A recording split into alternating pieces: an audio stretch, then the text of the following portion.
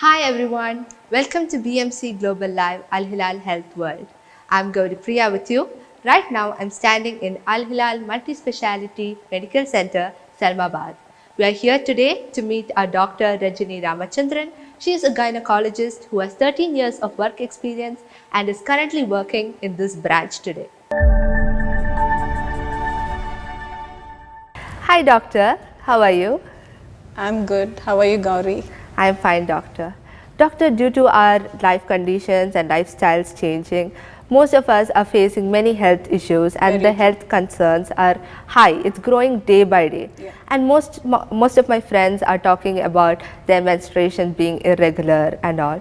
So, is that a health condition? And they were also mentioning about PCOS. Could you please explain what PCOS is?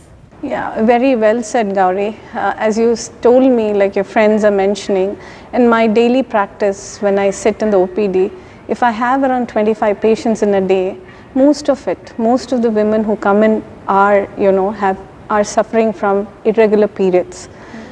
Cyclical periods are not in the vogue nowadays. It's like most of them have irregular periods. And you might not be surprised to see some women not menstruating at all throughout the year.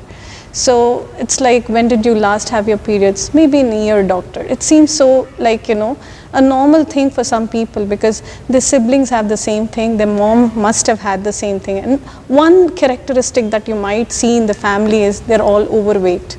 You might have noticed that. And too much of hair growth on the chin, over the face, and too much of pimples over the face. These are very common characteristics of what you call as PCOS. Well, you abbreviated, it's an abbreviation. So what is the expanded form? I would just break it up a little more. It would be called polycystic ovarian syndrome. So what is a syndrome? Syndrome in our technical term is a set of medical signs and symptoms, okay? And so what is this a syndrome of? Poly. What does poly mean? Poly means multiple or many. So, and cis I would say is rather a misnomer because cis earlier on when this disease was like found, even the disease has been removed and made it into a terminology called syndrome because disease something seems like an infection or something. So they just got it into the nomenclature of syndrome because it is an enigma. Believe me, Gowri, this is a disease with so much of cascades, hormonal imbalance. It presents to different doctors in different ways. Like your friend might just have overweight, but she may not think overweight is a big thing because everyone in our family are overweight. So she might have had some facial hair. Now when you're 18, 19 and 20, it's more of aesthetic, you want to look good. So what do you see? Too many acne, too many hair. So you are not thinking about pregnancy or normal cycles or anything. You're just thinking about how you look. So you go to the dermatologist asking, doctor, I have the skin problem. They get treated for years together without knowing really what the real problem is. So I started with something like, what is a cyst?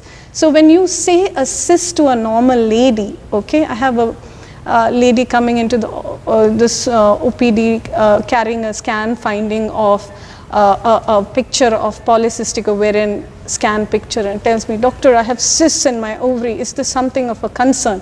So how is it that they're going to react? Like, how am I going to tell them? No, you don't have to panic. It doesn't mean that you have too many cysts or you're going to die of that. Cyst basically is like fluid-filled sacs, okay?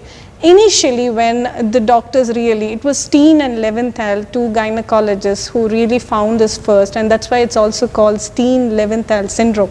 So when they started out, they saw on scans of many patients, they're seeing like string-like appearance of pearls. It's like a sack of pearls, okay, and fluid-filled follicles all around the ovaries, and the ovaries are a lot more bigger, but these cysts are very tiny, believe me, hardly 2 to 10 mm follicles, very tiny follicles. It's not like huge cysts like you have 10 centimeter, 20 cysts around. That will make your ovaries really bloated. That's not the way it is. It is like tiny cysts, follicles. And believe me, you have more eggs than normal women do, but the problem is they're immature eggs. None of them. So when they saw that bag of the ovaries converted into a sac of too many of fluid-filled follicles, they started calling it like too many, that is poly, and cystic is fluid-filled follicles, and a syndrome. So it is in the ovary. Okay, that is where it all starts. Okay, doctor, what causes polycystic ovarian syndrome? That's a good question, Gowri, because we really have to know what really starts it all. Well, genetic causes have been implicated for this. Well, there are many studies that have been done, like when you see monozygous twins, that is identical twins, if one of the twin has polycystic ovaries, there are very high chances the other twin gets it too. And also first degree relatives. If your mother or your sister, one of the sibling has it, your chances of getting polycystic ovarian syndrome is really high. So this clearly indicates there is a genetic predisposition in the disease, which is something that we cannot change. Another thing is environmental causes, especially the kind of lifestyle we lead. Suppose we are born into a family like, totally the kind of life we lead, like there are no parks anywhere, and you just, commute by transportation, that is a car, you like totally taken fully working every day, and you do not have any time for exercise, or you do not cook your own food, and you just buy, like what do you do? What is the kind of life? Yeah, we usually just take our money and then we go to canteen and then we buy all the chocolates, chips and sandwiches. So such kind of highly processed, refined carbohydrate, when it surges the blood sugars a lot, and then this itself is a cause for PCOS. And together with it, tied in very closely, is obesity. Obesity and environmental factors go together. And also it has been seen, like suppose you are like obese from the beginning of life, like before you attain puberty, like kind of you see 8-year-old, 9-year-old kids walking around really with that kind of fat, that's not really good. So pre-pubertal obesity is an incriminating factor for PCOS. Also it has been seen children who attain menarche before the age of 10, that is by 8 or 10, as they grow into adults, they are more chances of getting PCOS. Also in utero, if your mother has been exposed, like your mother was exposed to drugs that, like androgens, so your fetal exposure also increases the risk of PCOS. And certain drugs, like some women have seizure disorder and they take valproic acid, so this also increases the risk for polycystic ovarian syndrome. So doctor, how do we know when one has PCOS? So how is the person presented? Yeah, that's a very good question, Gowri. Well, before I answer that question, like how one presents, I just want to tell you a little about what polycystic ovarian syndrome is all about. It is a multifactorial disease. The whole problem is usually every woman has a certain amount of androgen levels in the body. That is, androgen means it's a male sex hormone. We all have it in a certain level, but in condition like polycystic ovarian syndrome, which affects around 5 to 15% of women, in such group of women, they have more testosterone in the body than normal. And why does this happen? Where is this androgen or male sex hormone synthesized? In the ovaries. The seat of synthesis is in the ovaries. They start producing a lot of sex hormones, male sex hormones, not the female. So when this happens, the ovary becomes the seat of production of excessive androgen. And when this happens, it gives a negative feedback to the brain to stop ovulation. So it hits at the brain level to the ovaries to stop ovulating. See, the whole thing about having your cycles is you're forming an egg mid-cycle every cycle, right? Mid-cycle you ovulate. But when there is an excess of androgen in our body, it hits into the main thing, that is the seat of the ovary, and ovulation is inhibited. Once ovulation is inhibited, what happens is you do not have periods. One, either you do not have periods all through the year, amenorrheic, they do not have periods, either that is that, otherwise you have less than 9 periods in a year. So they have, like, some people have every 2 months, some people have every 6 months or 3 months. And when they do bleed, okay, they bleed excessively because there is unopposed estrogen in the body, and also because there is too much of male testosterone in our body surging so much in the blood, we have male pattern of. So you can just, now I will answer your question, what are the clinical features the patient is going to present with. So because the polycystic ovarian syndrome has hit on the target, that is ovulation, you do not get your periods regularly. You got that point? Why you do not menstruate? Because excess of male hormone inhibits ovulation, and so you do not get your periods properly, right? So that rings a bell that you do not have periods regularly, you menstruate irregularly, or you do not have your periods. So you know how a patient would present, right? Next is, this excessive androgen circulating in the body is not going to keep quiet. You will have kind of male features. What are the male features that you see? One, you have too many acne over your skin, okay? Facial acne, too many. Second, you have like male pattern of baldness, especially frontal balding. Hair loss will be too much, and also male pattern of distribution of hair. Okay, so you will have kind of beard, chin area between your breasts, hair growth. This is something that is very common. So these are the 3 patterns of signs of hyperandrogenism. And then finally, what does a doctor do?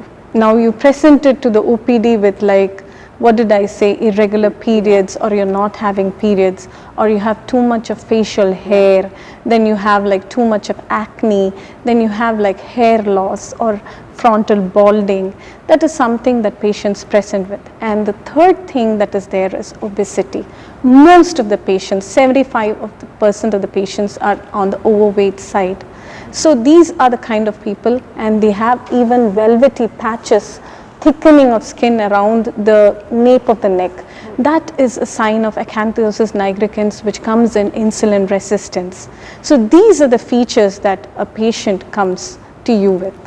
Okay. So doctor, does this PCOS have any long-term implications? Yeah, Gowri, it does. It does really have a lot of, it's not just, it's, I told you, it is an endocrinological disorder, a metabolic disorder. It hits at every target organ. So it's not just, you know, to the localized to the ovary. It has a lot of effects on the body. Well, to begin with, I told you about obesity. Most of the women who present with polycystic ovaries are obese, and they present with a metabolic syndrome, wherein if you check their blood pressures, it's usually on the higher side, and you run their lipid profile, that is the blood for fasting cholesterol and triglycerides, will be way too high. And also they'll have a lot of obesity over the central obesity, which is called the truncal obesity. That's one thing. And you might have heard like something about insulin resistance. Most of these women have a lot of insulin resistance. So what happens is, when you eat all this kind of food, high carb diet, what happens is, in polycystic ovaries, the uptake of sugar from the blood is really less. The insulin resistance keeps building. So what happens is, because of the increased sugar in the blood, it keeps tapping on the pancreas to keep producing more insulin. And so it is a vicious cycle which keeps going on, and this causes impaired glucose metabolism, and this finally leads to diabetes. Okay. You might have heard about that. Yes. So I've also heard my friends telling me that it could lead to cancer. Is that very possible? true, very true. Well, the mechanism cascade that would really lead to cancer is, I told you, you do not have regular periods, right? So why does it happen? You have unopposed estrogen in the body, you do not have progesterone. See, a lot of follicles are recruited, come into the game, and one of them wins to become the dominant follicle, releases the egg the mid-cycle, and 2 weeks later you get your periods when the progesterone withdraws. So it's a game between estrogen and progesterone and 2 gonadotropins called FSH and LH. It's all between the brain and the ovaries. But then what happens is, when PCOS comes in, It's a game between androgen, insulin resistance, and the whole game is like really a spoil sport. So what happens is you have like too much of estrogen, just one kind of hormone acting on the endometrium, that is the lining of the uterus, and this kind of keeps thickening and thickening. See, the first half of the periods is a proliferative phase, and the second half, you must have heard, is a secretory phase. So in the estrogenic phase, you have proliferation, it becomes thick, the endometrium really becomes thick, and it's stabilized in the second half, but that stabilization never occurs. So what happens, it keeps proliferating, and that's called endometrial hyperplasia, and when it's not supported, it breaks down, and then you get a breakthrough bleeding. That's why women bleed whenever they want to. It's like, it just happens, you cannot predict when it happens, you know. So it's not a regularized this one. So when this goes on and on, you know, you fall prey to what is known as endometrial cancer. Okay. So the only way to get rid of this is reducing weight. Okay. And another thing I told you about how it can cause metabolic syndrome, diabetes, endometrial cancer. Because you're not ovulating and not forming egg, the chances of having a baby, that is having infertility, is very rampant in these women. Okay, it's one of the leading causes of infertility in women, PCOS. And also we have like other problems, like when they're fat, they're not able to breathe well when they go to sleep. So there are like obstructive sleep apnea because of thick pad of fat around the neck. So that causes very bad sleep pattern, and when you're like obese, walking around with diabetes, and you're not having kids, and many multitude of problem, aesthetic problem of having hair and all that, you get increasingly depressed. So being overweight can cause this. So maybe these days, due to COVID, we are always sitting in front of gadgets. So I think the patients for PCOS must have increased right now. Yeah, of course. They're like 15-year-olds walking in with 7 kg gain in weight. You can see them walking through the OPD, and I know they have PCOS. Okay. And moms really don't know that this is the cause for their regular periods. They're kind of surprised. So these are the long-term implications. And also, apart from the depression and anxiety, it can cause cardiovascular problems. Cardiovascular problems because you have dyslipidemia. Your lipids are always going bonkers. Your sugars are not in the normal range. You have obstructive sleep apnea, not sleeping well. So all this leads to cardiovascular abnormalities. Okay. So these are in just a short what PCOS can really do to you. Okay, doctor.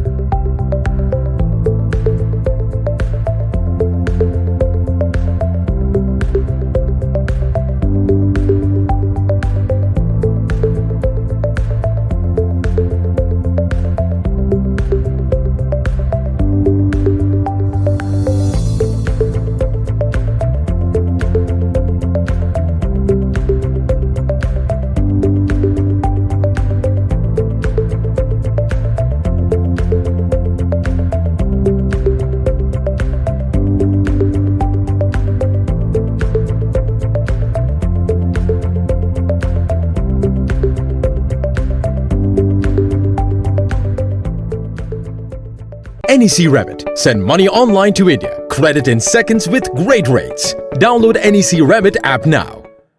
ബഹ്റൈനിലെ വീട്ടമ്മമാരുടെ ഇപ്പോഴത്തെ സംസാര വിഷയം എന്താണെന്നല്ലേ? Nacho food products. രുചിയും മണവും പോഷക സമൃദ്ധവുമായ ഭക്ഷ്യോൽപ്പന്നങ്ങളാണ് nacho നിങ്ങൾക്കായി നൽകുന്നത്. പാലക്കാടൻ വടി മട്ടയരി, ജയ പൊന്നി മച്ചാരി ഇനങ്ങൾ, നാച്ചോ നറുനെയ്യ്, നാച്ചോ വെളിച്ചെണ്ണ, മറയൂർ ശർക്കര, മറയൂർ കുടംപുളി, നാച്ചോ ആസാം ബ്ലെൻഡഡ് ടീ, മല്ലി, മുളക്, മഞ്ഞൾ തുടങ്ങി ശുദ്ധമായ നാച്ചോ സ്പൈസസ്, പൾസസ്, മസാലകൾ, കൂടാതെ നാച്ചോ നാടൻ കശുവണ്ടിപ്പരിപ്പ്, പനം കൽക്കണ്ടം. പ്രഭാത ഭക്ഷണം രുചികരമാക്കാൻ തിരുവോണം അപ്പപ്പൊടി, അരിപ്പുട്ടുപൊടി, ഗോതമ്പ് പുട്ടുപൊടി, അച്ചാറുകൾ തുടങ്ങി വിവിധ ഇനം ഭക്ഷ്യോൽപ്പന്നങ്ങൾ നിങ്ങൾക്കായി നൽകുന്നു നാച്ചോ. മാത്രമല്ല രുചിയേറും ജ്യൂസുകളും പെൻഡാഡൽമൻ ട്രേഡിംഗ് WLL ബഹ്റൈൻ വിപണിയിൽ എത്തിച്ചിരിക്കുന്നു. ബഹ്റൈനിലെ എല്ലാ സൂപ്പർ മാർക്കറ്റുകളിലും കോൾഡ് സ്റ്റോറുകളിലും ഹോം ഡെലിവറിയായും നാച്ചോ ഫുഡ് പ്രോഡക്ട്സ് നിങ്ങൾക്ക് ലഭ്യമാണ്. Nacho, inspiring natural ways. NSE Remit has launched Send and Win. Download NSE Remit app now.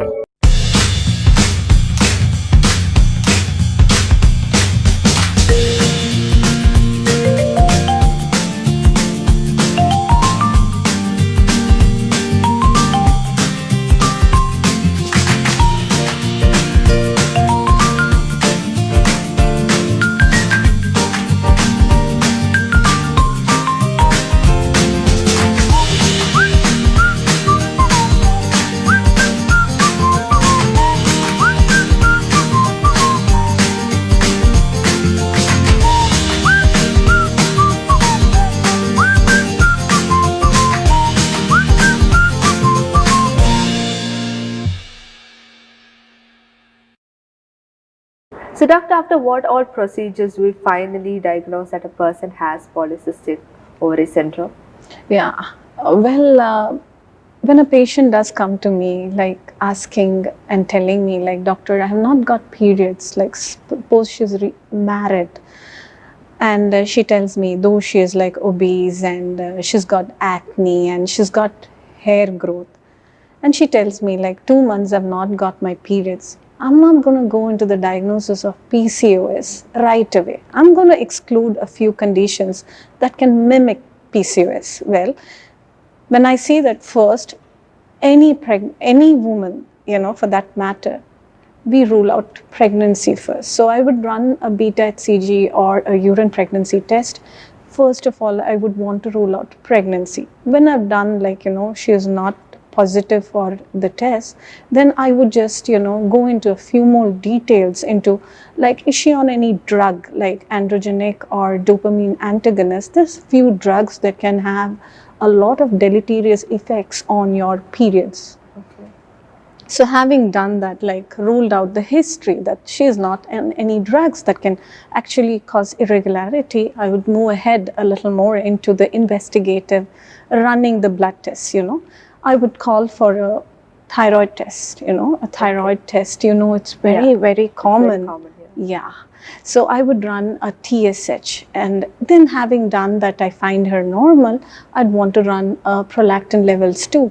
Well, prolactin is some condition, it's very rampant nowadays. There is something called microadenoma and macroadenoma. The control is in the brain, and they have headache and vision problems along with obesity and irregular periods. And they have like watery discharge coming out of the nipple when they press it. So these are few things that you can miss out. You do not jump into a diagnosis of PCOS unless you rule out things that mimic it. So once I have like ruled out prolactin levels are normal, thyroid is normal, she's not on any kind of drug and she's not pregnant, I'd move ahead a little more. And then I would investigate on, run a scan, like, does she have any tumor, androgenic tumor that mimics, like if you have a tumor in, that can be secreting a lot of male testosterone, it can cause features of polycystic ovarian syndrome. These are like not good. So PCOS is something like a chronic condition, but these are acute tumors that have to be treated and dealt with in no time. So having done that, I'd even measured the testosterone levels, and in someone who has a tumor, the levels will be really high. And 17-hydroxyprogesterone is one entity that we test in blood. It's not very common in Asians, but in some kind of population, it's like it causes premature puberty. So in such children like who have like are very hirsute, they're like overweight, there's something called non-classic congenital adrenal hyperplasia I would want to rule out. After having ruled out everything, now I would come to a diagnosis. I would want to clinch the diagnosis of polycystic ovarian syndrome. But before going into that, there are some criteria laid by Rotterdam, okay? In that, you must have at least 2 out of 3 to, have a convincing diagnosis of polycystic ovarian syndrome. In that, menstrual irregularity, okay, I have already told you about what irregular cycles are like. You do not have your periods, or you have irregular periods, very less periods in a year, like less than 9 in 12 months. Yes. That is one thing. Second thing is like features of hyperandrogenism. It can be looking at the patient, you know, she's got hair, acne, hair loss, male pattern of baldness and stuff like that. Otherwise, it can be a laboratory evidence, like you run the blood test and see an increased level of testosterone, free testosterone. So that is one way of finding it out, and also run a scan on the patient and see if she has polycystic ovarian picture in the scan. So these are the 3 things that the criteria mentions, and you have to have at least 2 of them so that the patient really figures out, you know, we can tell this patient has polycystic ovarian syndrome. A patient walks into the OPD having a scan picture of hers, telling, doctor, I have polycystic ovaries, see there are string of pearls appearance and all this, I'm really worried, you just tell me I'm going to get cancer. I'll just go on the history. Is she having regular periods? Yes, she is. Does she have any acne, hair loss? Nothing. She's all fit and fine. I run the lab tests. I rule out everything else and I see everything is perfect. There are some women like that who just have this. 25% of the women just have a diagnosis on the scan, just a scan picture. That doesn't mean they have polycystic ovarian syndrome. Okay, because they're metabolically normal. So just let go of the people. Okay. So doctor, finally, how do we treat it? Does it have a treatment, or should we live with this all our life? Yeah, well, you've kind of answered my question there. Well, this is something that we'll have to live with, but then the treatment would be totally tailor-made, Gowri. Like, you know, not one person will have a treatment like I would give another person. Like, it is tailor-made to that patient's need, because a patient might present to you with, you know, it might be a young college-going student, and she just wants, very bothered about her periods being irregular and too much of facial hair or acne or hair loss. That might be her concern. I might have someone walking into the OPD, she's married like 2-3 years and she's not getting her children. She's not getting pregnant. So her concern is infertility. So the treatment would be, you know, depending upon who presents to you and with what symptoms they do. But we can only alleviate the symptoms, but we cannot do away with it. So finally, it boils down to the fact that everything comes from our lifestyle. So before we treat anyone, we let them go away for some time, telling them these are the things you're supposed to do and these are the things you do not do. So there are many people who have, as I told you, very high carb diet, high fat diet. So we counsel them as to what kind of food they can take, like, you know, do not have too processed, refined carbohydrate, have a low carb food, exercise. 45 minutes of exercise every day really is heart friendly, you know. How many of you, do you have any kind of activity, Gowri? I do that, so. Yeah, how many friends of yours are like, love sitting, watching TV and gadget friendly? All of them, and including me. Yeah. I do love sitting in front of TV. That's one fact that, you know, kids nowadays hardly go out, play with their friends or siblings. It's just gadget. Mama, I want that, I want this. More of like, you know, it's more like indoor on the sofa, watching your TV or whatever. But it's like, go to the park, play, do Zumba, have like group activity, go trekking, you know, go places, like, you know, the many activities that you can do, you know, and that really releases a lot of endorphins. You're doing the positive things, and that really reduces your appetite too. Okay, many people say every time I feel hungry and I keep having, it's like a vicious cycle, you know. You exercise, your appetite comes down and you go binge less on refined carbohydrates. So the root thing about this is like, I start all the medication and you go around having your sandwiches, mithai and pizzas and burgers. Doesn't really work, because this is a chronic condition and you have to really do something about it yourself. We can only help you a bit. And these are like long-term you know, treatment protocols that go on, and you have to help us do it. So initially, I would say the most important thing is a lifestyle modification, and you have to give high importance to the kind of diet you take and the kind of life you lead. And smoking is a no-no thing, and it is good when it comes to, you know, all kinds of medical condition, when it comes to diabetes, and it comes to cancers, and it comes to dyslipidemias and PCOS.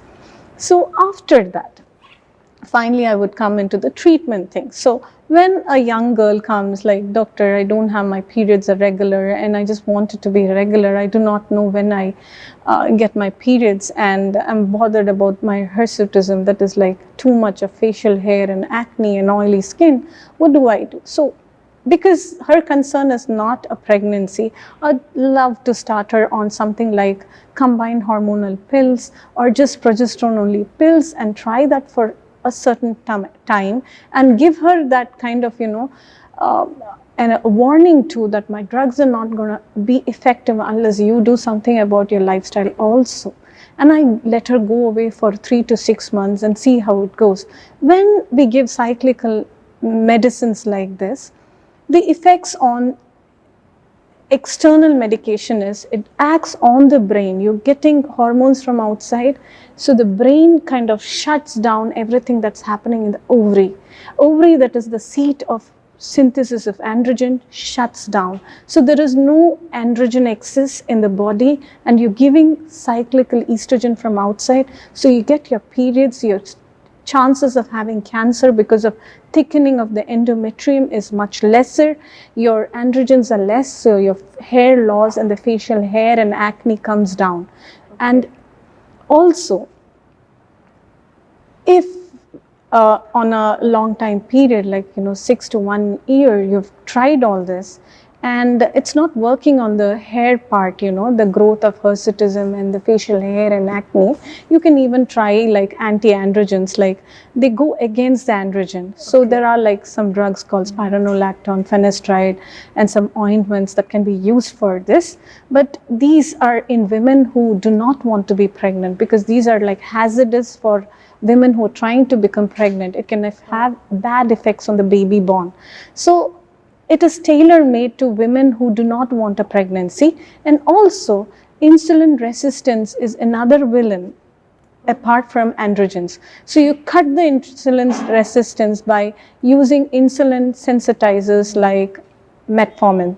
Okay. So metformin is the drug that is a first-line drug for treatment of diabetes. We give it for these patients too, and it helps in, you know, uptake of sugar, weight loss, and all the dyslipidemia, impaired glucose tolerance, and it helps in a lot more way.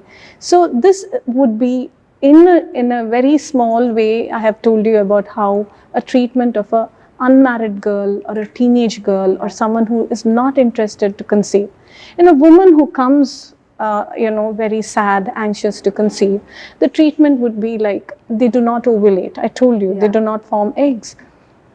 So we give drugs. Again, we give the standing instruction. They have to reduce. You know, Gowri, even losing 5 to 10% of the weight resumes menstruation. It's not like you, like a 85 kg girl comes in and she has to lose all the, like if she's 155 centimeters tall, round about she should be around 55 kgs.